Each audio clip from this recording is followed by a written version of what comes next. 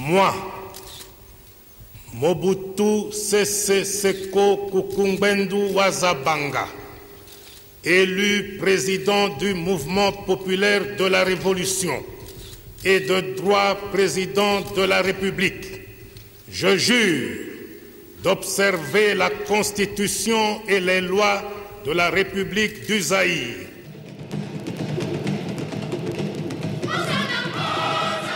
En pleine colonisation, Mobutu naît au Congo belge, au cœur de la luxuriante forêt équatoriale, dans un pays de démesure, au sol et au sous-sol infiniment riches.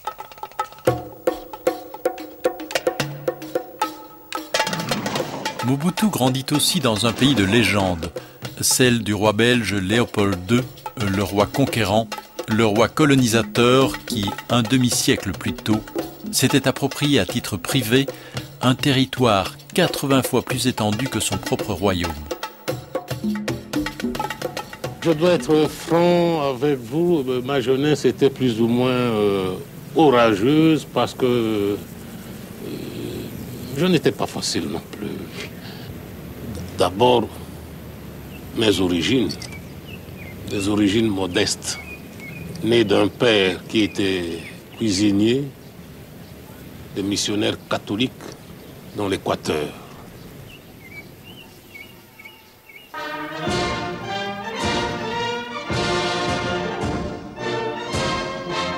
Embrigadé de force pour cause d'indiscipline au cours de ses études chez les pères missionnaires, Mobutu fait l'apprentissage de la soumission et des humiliations de l'armée coloniale pendant 7 ans.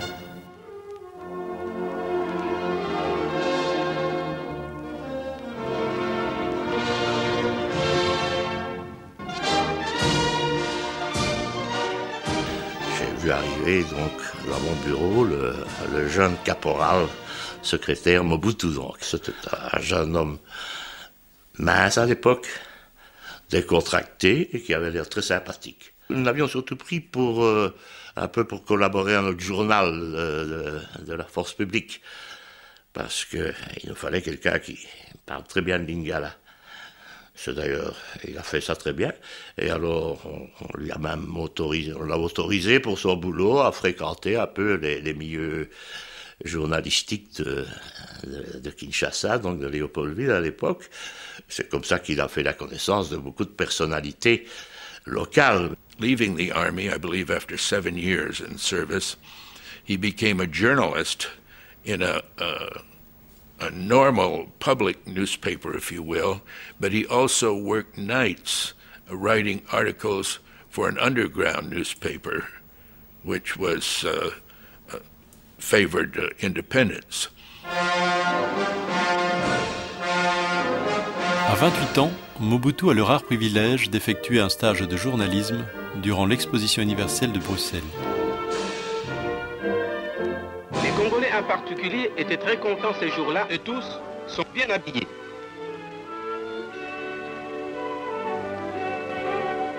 Beaucoup se firent accompagnés de leurs femmes. Un couple congolais va faire un tour de l'exposition en pouce et pouce.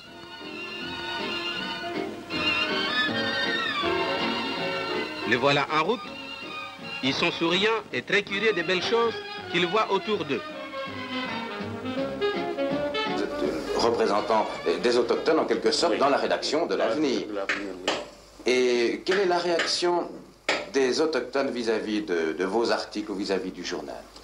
La réaction, n'est-ce pas, est nuancée parce que quand aujourd'hui, par exemple, je prends position sur un problème bien déterminé, tous mes lecteurs sont d'accord avec moi. Je vais vous citer un cas. Oui. Il y a 3 mois, j'ai pris position sur un problème, n'est-ce pas, de salaire, sur le problème des salaires. Tous mes lecteurs étaient avec moi parce que j'ai trouvé que les salaires des ouvriers congolais étaient bas. Le lendemain, quand j'ai dit à mes lecteurs qu'il fallait aller doucement dans les revendications, oui, n'est-ce pas?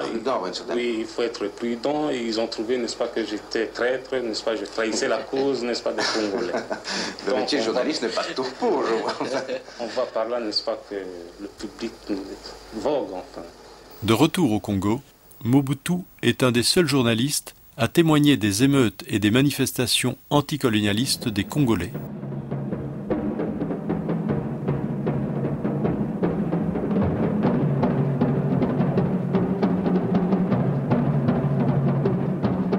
Peu de temps après les événements, Patrice Lumumba, le leader nationaliste dont Mobutu est déjà le disciple, est arrêté par les autorités coloniales.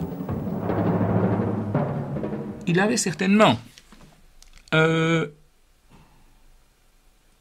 rancœurs à l'égard du colonialisme,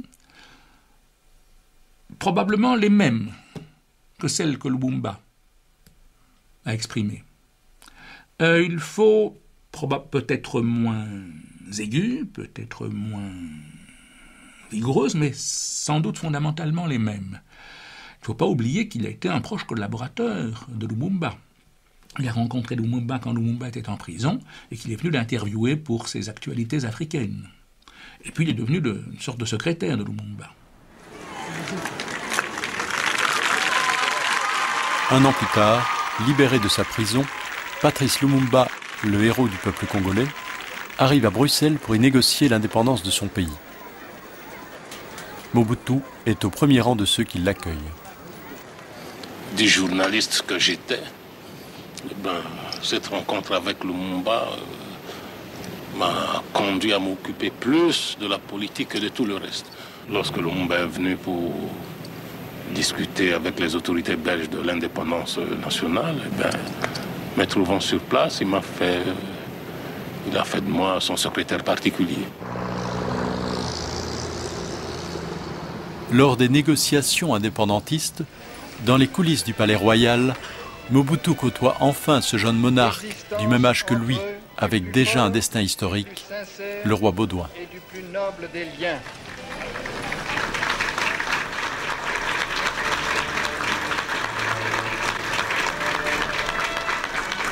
Mais dans l'ombre de Patrice Lumumba, Mobutu parle peu et écoute beaucoup. Après plusieurs mois de lutte, nos efforts doivent tendre actuellement à liquider tous les vestiges du colonialisme qui faisaient la honte du XXe siècle, notamment par la suppression sans délai de toutes les traces de discrimination raciale et des lois injustes instaurées sous le régime colonial. Au cours de la table ronde, beaucoup d'étudiants ont été appelés pour assister les leaders africains. Et Lumumba était l'un des plus entourés. Mais il y avait tout un tas de personnes aussi, plus ou moins discrètes, dont Mobutu. Et partout, il était là à côté. Mais nous, on ne le considérait pas à l'époque comme quelqu'un de dangereux ou quelqu'un de n'importe quoi, non. On trouvait que c'était un petit qui essaye d'exister en profitant de l'ombre d'un grand. Well, I was stationed at the American Embassy in Brussels at the time of the Roundtable Conference. We were anxious, we as the government were anxious to gain some impression of these future leaders. We really knew little or nothing about them. Afterwards, we met the next day to discuss the various people that we had met and to have it put on paper, if you will, to record our information. And the one name that kept coming up was this young man by the name of Mobutu.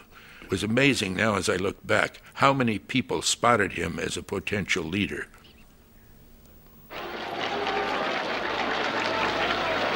Peuple congolais, mon pays et moi-même, nous reconnaissons avec joie et émotion que le Congo accède ce 30 juin 1960 en plein accord avec la Belgique à l'indépendance et à la souveraineté internationale.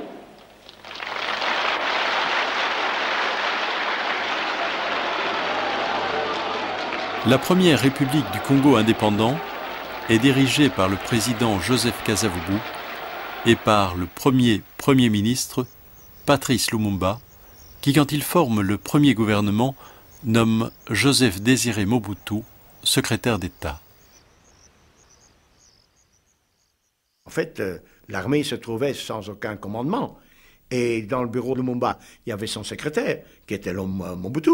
C'était le seul homme qui avait une petite texture militaire. Et c'est comme ça, dans le bureau, en cherchant, il avait dit, toi, hein, toi tu prendras le commandement de l'armée. C'est comme ça qu'il est devenu commandant-chef de l'armée. C'est parce que le hasard a voulu qu'il était à un endroit voulu, au moment voulu, comme Lumumba a dû prendre la décision. C'était le seul qu'il avait sous la main qui avait une formation militaire. Il a été désigné à ma place de chef d'état-major de la force publique.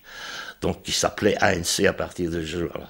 Et alors, j'ai commencé mon rôle d'assistant technique.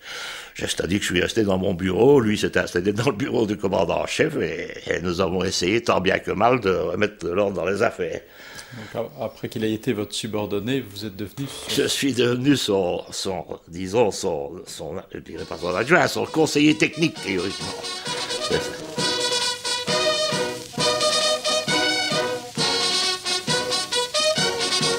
He had to make all decisions, and I think it was just too much for him.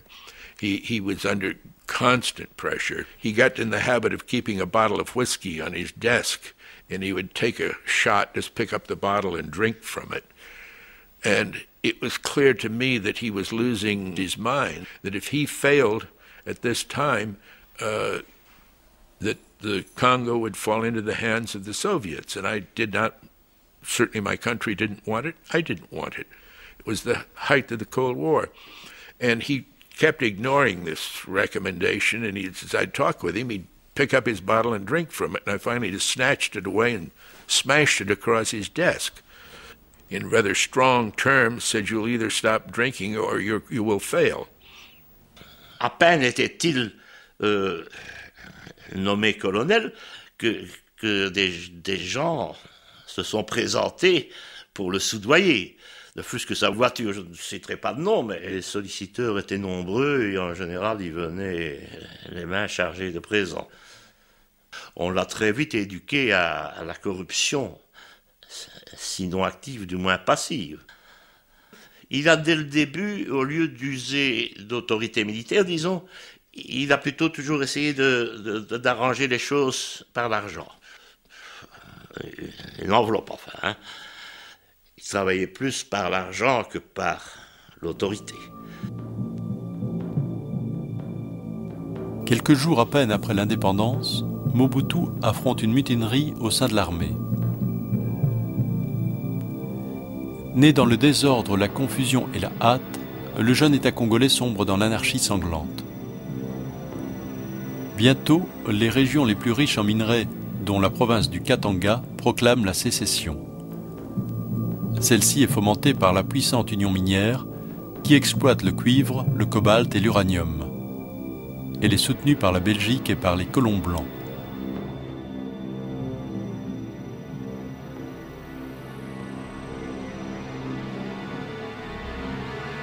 En ces temps de guerre froide, c'est l'éclatement du pays qui s'enlise dans la violence, ce qui entraîne l'intervention des Nations Unies.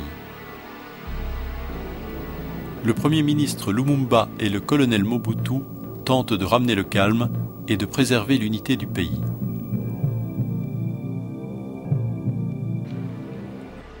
Lumumba affirme très vite son indépendance vis-à-vis de l'ancienne puissance coloniale.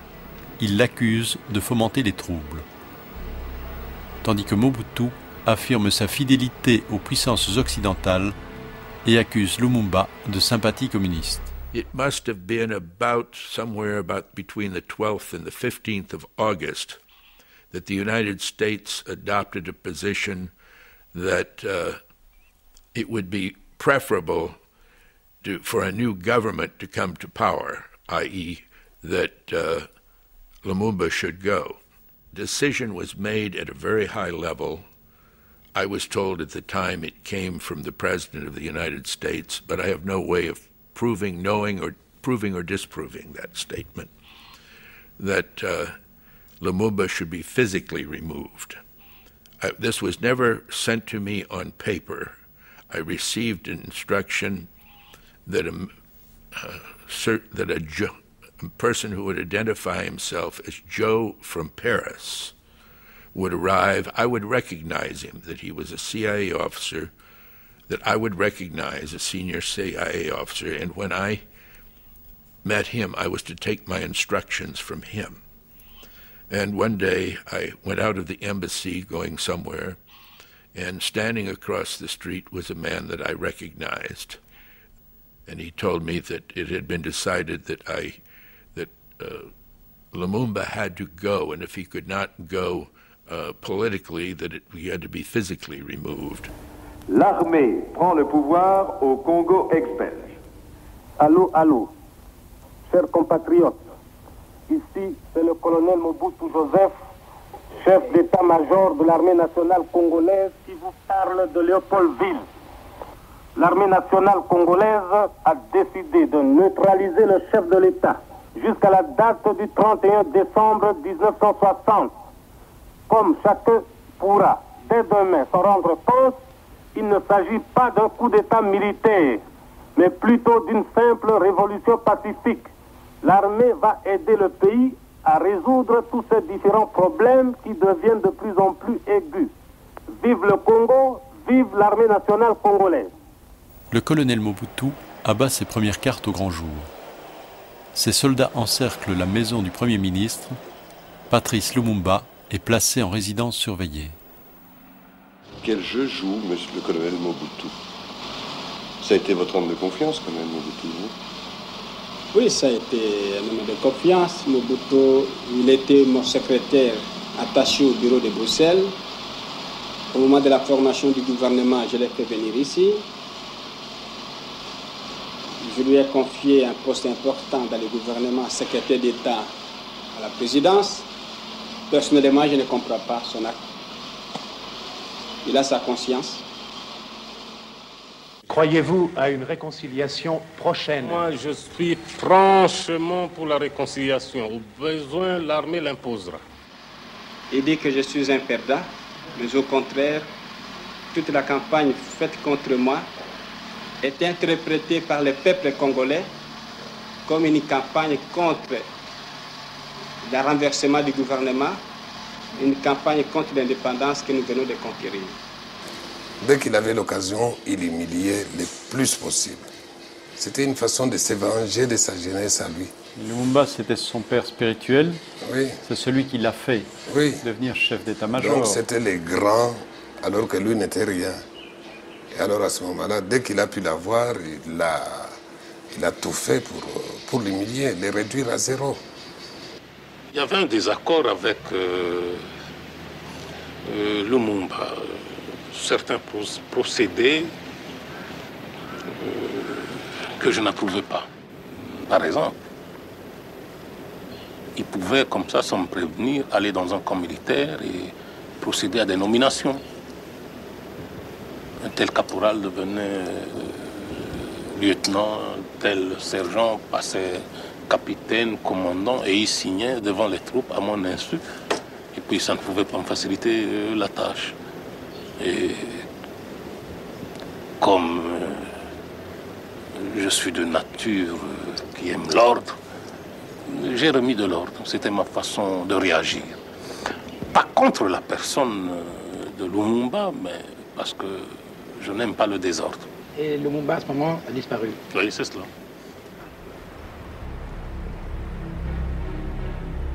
Arrêté par Mobutu après une évasion manquée, Lumumba est incarcéré avec la bénédiction des ambassades belges et américaines.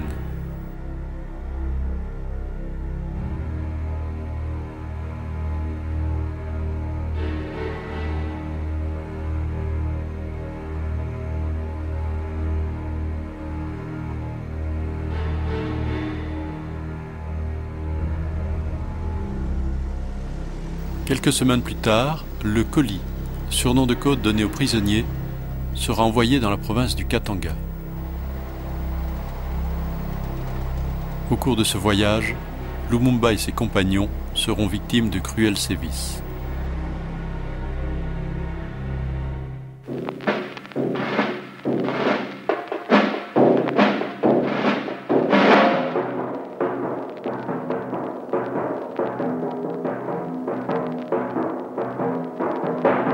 La version officielle, la mort de Lumumba massacré par des villageois, cache une réalité plus perverse. Sauvagement assassiné par les autorités locales dès son arrivée, son corps disparaît, sans doute enterré quelque part en brousse.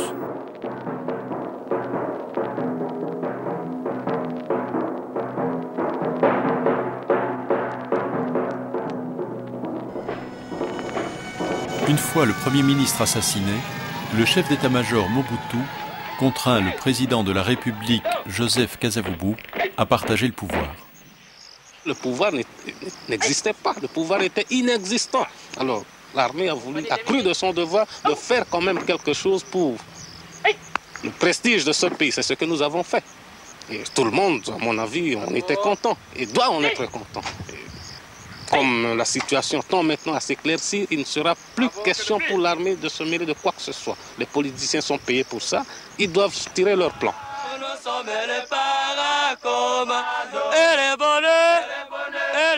Aux commandes de l'armée, Mobutu doit affronter une nouvelle rébellion. Dans les provinces du centre et de l'Est, les partisans de Patrice Lumumba, et en particulier Pierre Moulélé, son fidèle compagnon, lancent une offensive militaire contre le pouvoir central et s'emparent des 2/3 du pays. Ils sont soutenus par la Chine et l'Union soviétique.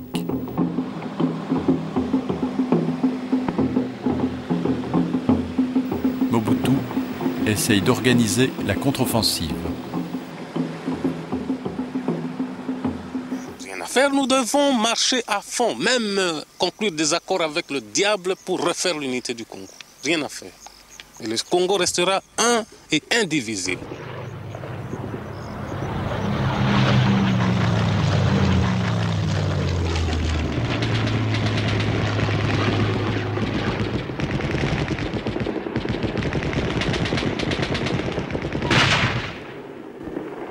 J'ai toujours mes troupes en main. Je ne serai jamais dépassé par la situation. Vous pouvez être certain que l'ordre doit régner. Et l'ordre régnera.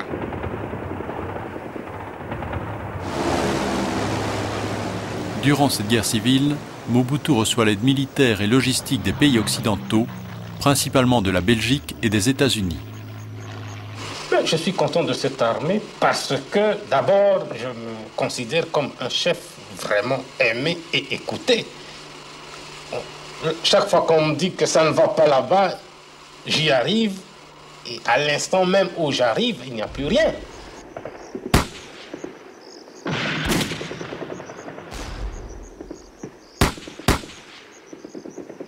Il y avait un peu de découragement, de démoralisation, un peu au début du côté des troupes. Et pour le moment, le moral est au zénith.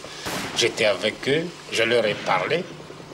Et ils ont vu que le général n'était pas seulement un chef qui restait dans son bureau pour donner des ordres. Vous avez suivi l'opération où j'ai failli y laisser ma peau. Et ça sera toujours ainsi tant que je serai à mon poste. Mobutu inscrit une nouvelle victoire à son panache de chef militaire. Il se bâtit subtilement une légende de pacificateur. Vous êtes un non-violent et vous êtes chrétien. Vous avez dit un jour, ma conscience de chrétien et d'homme m'oblige à faire cesser ces atrocités. Oui, je l'ai dit et répété à maintes reprises. Vous avez aussi préservé des vies européennes et africaines. Depuis le début de notre accession à l'indépendance jusqu'à ce jour, je ne fais que ça. Avez-vous rencontré de l'ingratitude? Oui, ça c'est humain. C'est la terre des hommes. Heureusement, vous avez quand même vos enfants. Ah, la oui. petite là-bas. C'est la plus petite? Oui. Comment elle s'appelle?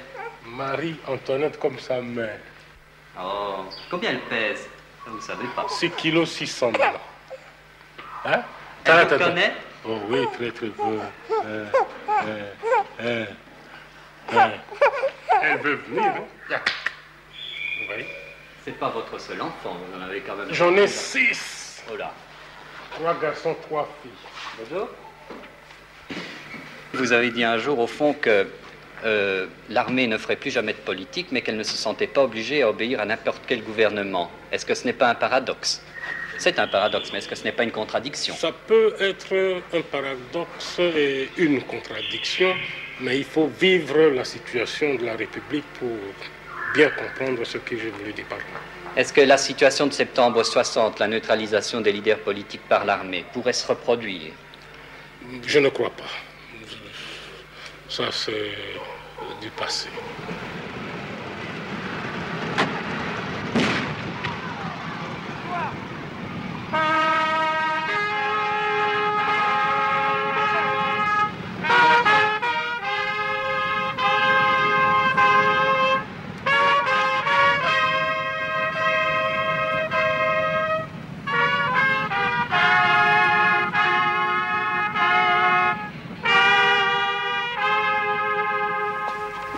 Lieutenant général Joseph Mobutu.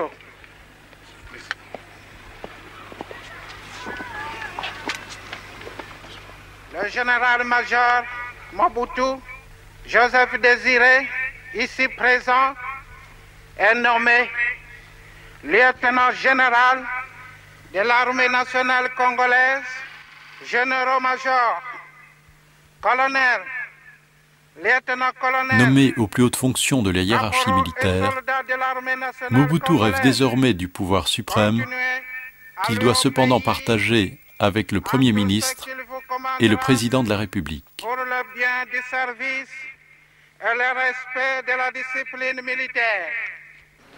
Général Mobutu, dans les circonstances politiques actuelles, l'armée est-elle neutre? Elle est neutre et elle le restera.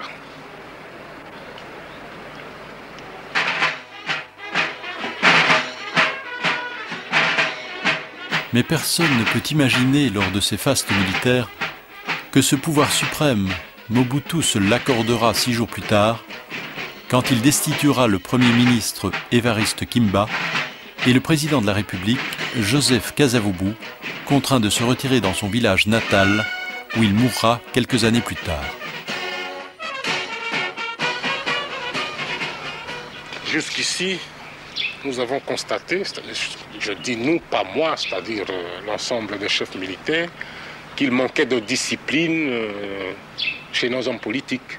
Alors pendant 5 ans, nous allons imposer la discipline dans tous les domaines, politiques, économiques, financiers. Vous rétablirez rapidement la paix sur tout le territoire?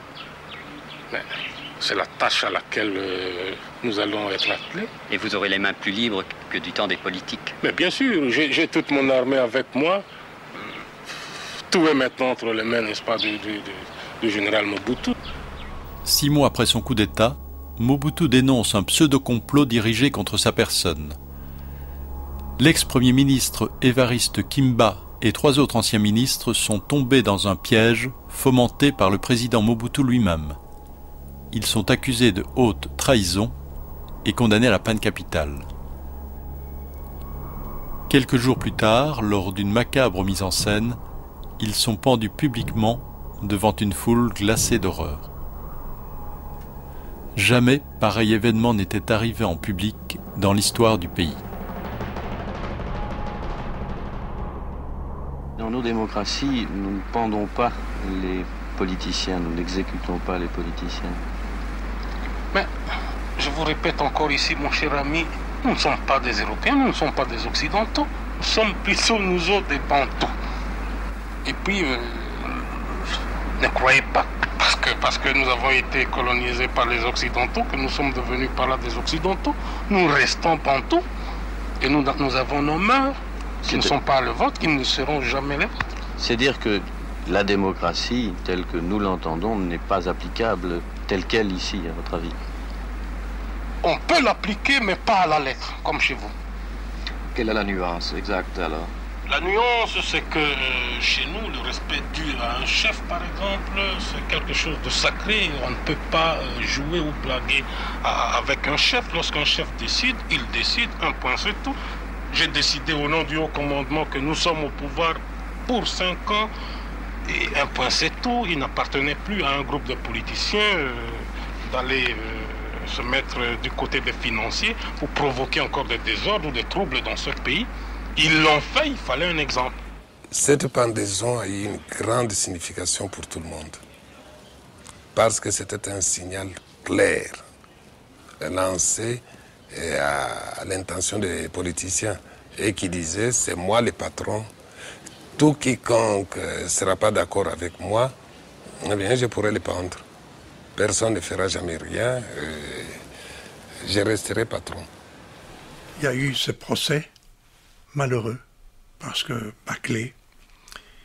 Mais il faut dire que pratiquement le résultat a été que pendant 30 ans, on a été tranquille. Plus personne n'a jamais osé.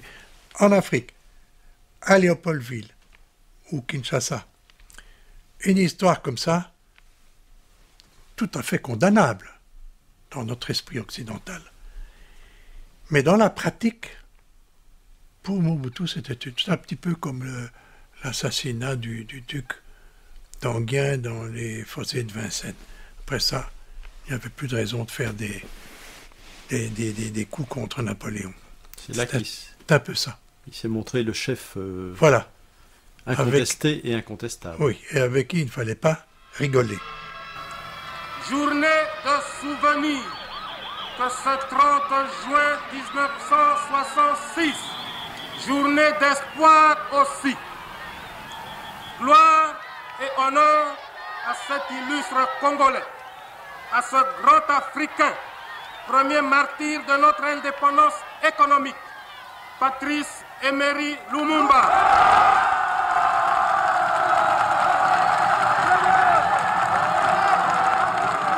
Ironie de l'histoire, 5 ans après l'assassinat de Lumumba et 6 mois après son coup d'État, Mobutu a réhabilité sa victime. Why did Mobutu do? Why did he make a national hero of Lumumba? Purely cold politics. Times had changed. He wished to show that he allied himself with the real liberators of the Congo, the men who had brought about independence. Fin 1966, la plupart des chefs rebelles ont abandonné le maquis. Le plus radical d'entre eux, Pierre Moulélé, trouve refuge à Brazzaville, capitale du pays voisin.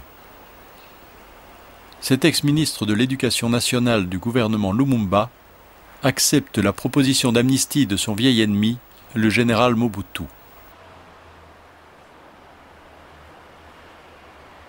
Justin Bomboko, le ministre des Affaires étrangères, est chargé de le ramener au Congo. C'est dans ce cadre que je me suis rendu à Brazzaville.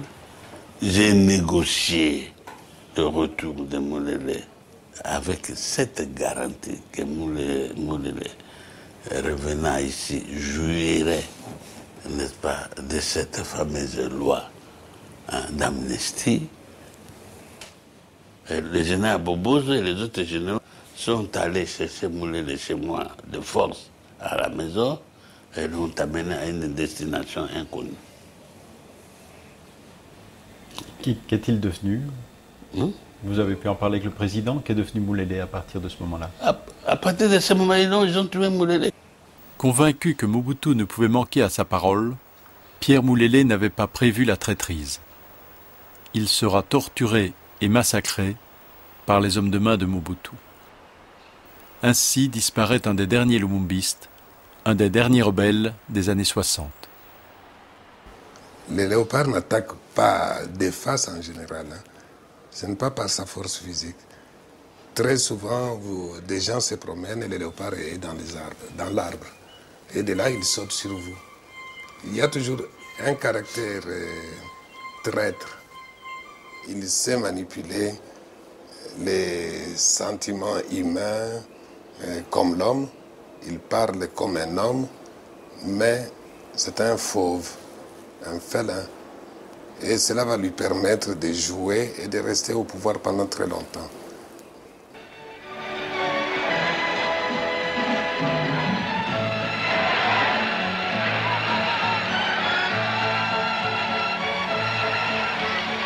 Comment décrire cet extraordinaire empressement autour du président de la République, sinon comme une adhésion totale à ses directives, sinon comme une véritable plébiscitation populaire? Le grand fleuve était devenu la voie royale.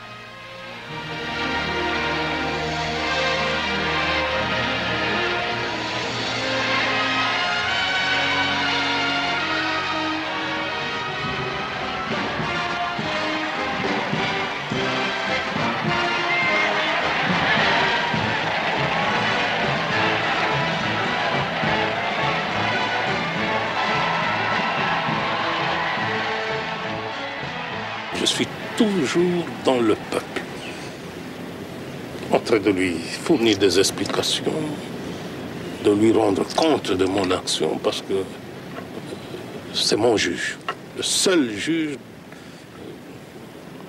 à qui je dois rendre des comptes, c'est mon peuple. Il avait un très grand charisme. C'était un séducteur. Il séduisait tout le monde. Blanc, noir, jaune, tout le monde était séduit par son attitude. J'ai l'impression que Mobutu était un homme qui avait le sentiment que des forces cosmiques se concentraient en lui. C'était visiblement un homme qui avait le sentiment d'être prédestiné et de bénéficier des forces célestes.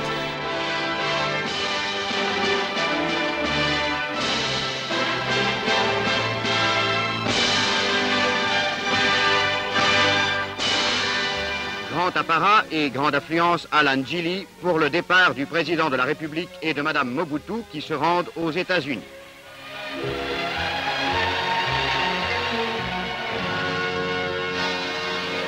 Dès le lendemain, à Washington, il était attendu protocolairement sur la pelouse de la Maison-Blanche par le président et Madame Nixon. Après une première et cordiale poignée de main, Madame Nixon a tenu à offrir une gerbe de roses à Madame Mobutu.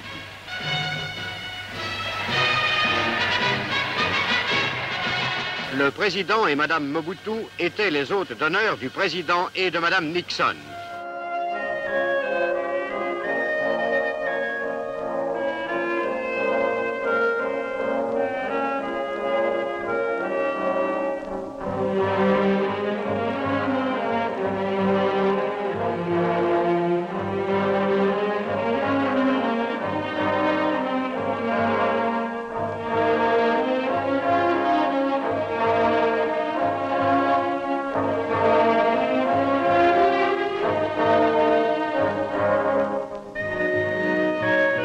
Du haut de l'Empire State Building, Mobutu réalise enfin un vieux rêve. Être un grand parmi les grands de ce monde.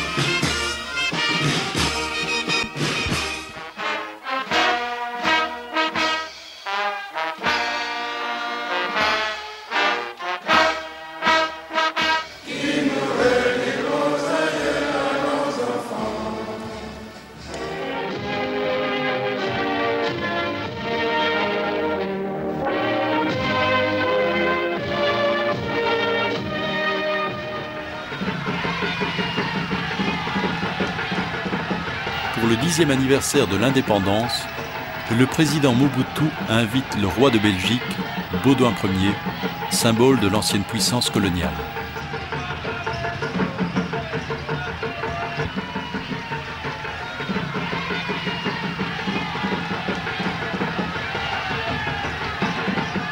Mobutu est tout sourire, apaisant, frais et clinquant. On dirait qu'en tout point, il tient à ressembler au monarque belge.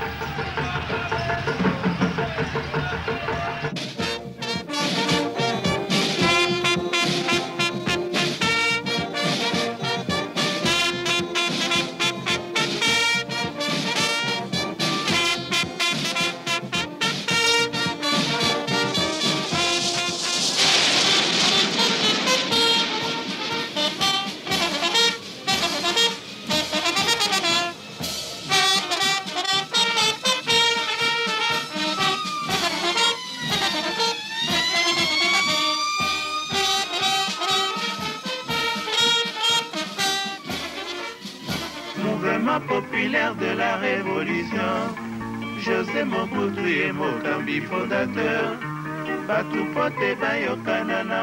Pour consolider son pouvoir, le président Mobutu crée le MPR, le Mouvement populaire de la Révolution, le parti unique à sa totale dévotion. Il s'en autoproclame le père fondateur.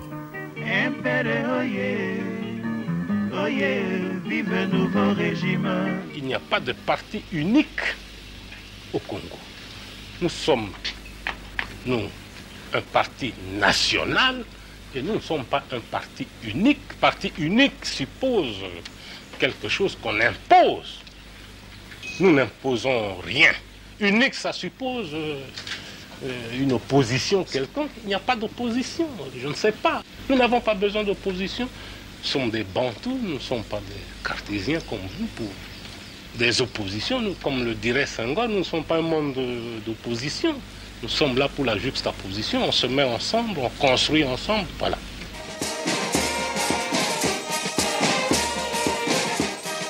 L'adhésion au parti est obligatoire pour tous les citoyens, y compris, selon les slogans officiels, les ancêtres et même les fœtus. Et là, je dois vous dire aussi que le MPR a été une espèce de pieuvre, si on peut dire, qui dirigeait tout. Et ça allait tellement loin qu'on naissait zaïrois, on naissait membre du MPR. Et ça a été un joint et une façon de tenir le pays en main à travers le MPR.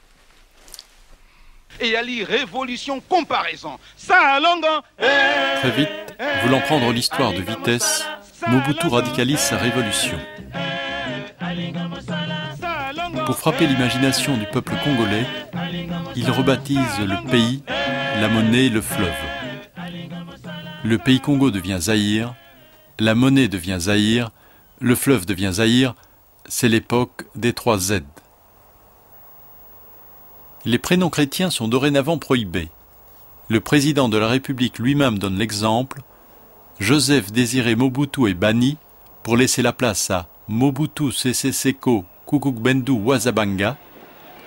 Autrement dit, le guerrier tout-puissant qui embrasse tout sur son passage et de conquête en conquête reste invincible.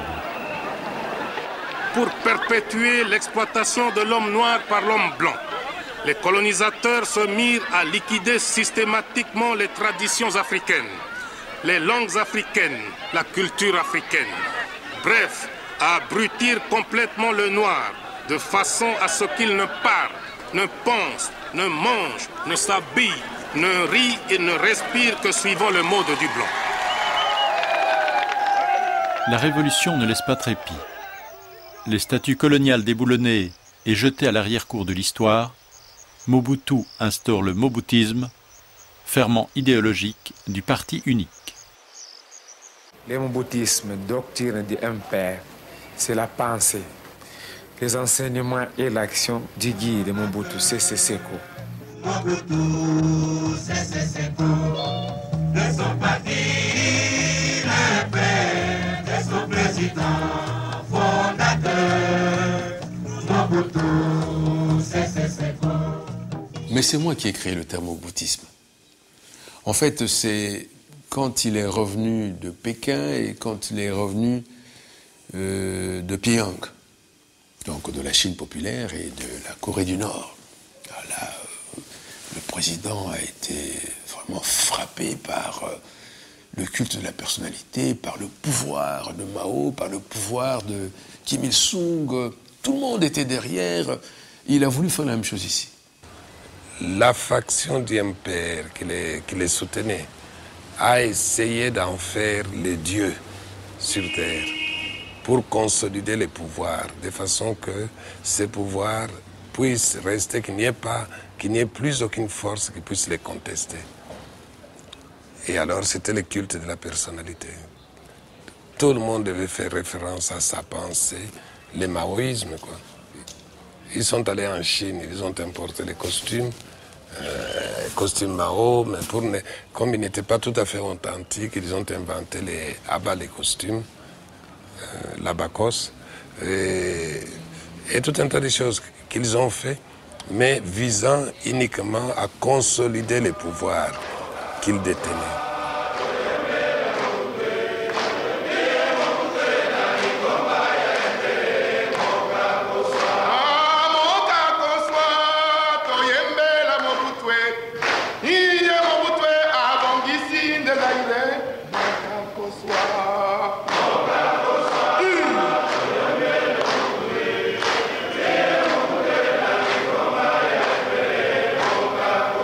Impere C'est servi. Non. C'est servi. Non. Nous chanterons et danserons. Pour honorer notre guide et lui exprimer notre amour. Nous chanterons et danserons. Pour honorer notre guide et lui exprimer notre amour. L'authenticité est notre philosophie politique. Nous voulons être nous-mêmes et non ce que les autres voudraient que nous soyons. La République du Zaïre. Zaïre. Zaïre. Zaïre. Mobutu oye. Mobutu oye. Iyo Mobutu elima. Iyo Mobutu elombe. Iyo Mobutu mobilisé. Iyo Mobutu mobongisé. Iyo Mobutu mosikole. Iyo Mobutu le bâtisseur. Iyo Mobutu le créateur. La concentration des pouvoirs, les louanges, la gloire, la popularité, tous les médias mis au service d'un seul homme. Moi, je l'ai fait, mais je ne pensais pas que c'était mauvais à l'époque. Mais là, le Congo était le plus grand village. Partout où il passait, il voulait qu'on chante, qu'on danse en son honneur. C'est ce que j'ai fait faire, puisque j'étais responsable de la mobilisation, propagande et animation politique du parti-État de l'époque.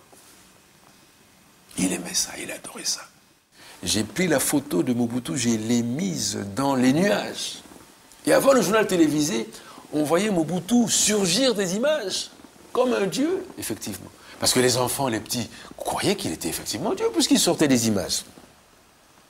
À chaque journal télévisé.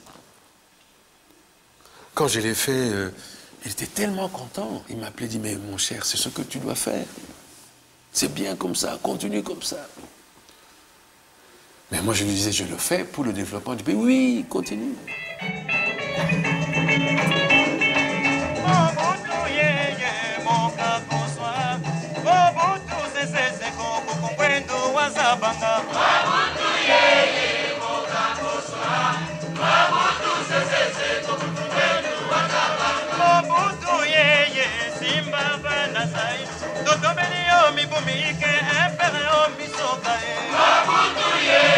Le mot bouddhisme, lorsqu'on en parle, c'est quoi exactement?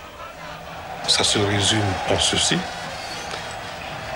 les enseignements, la pensée et l'action du président fondateur du MPR.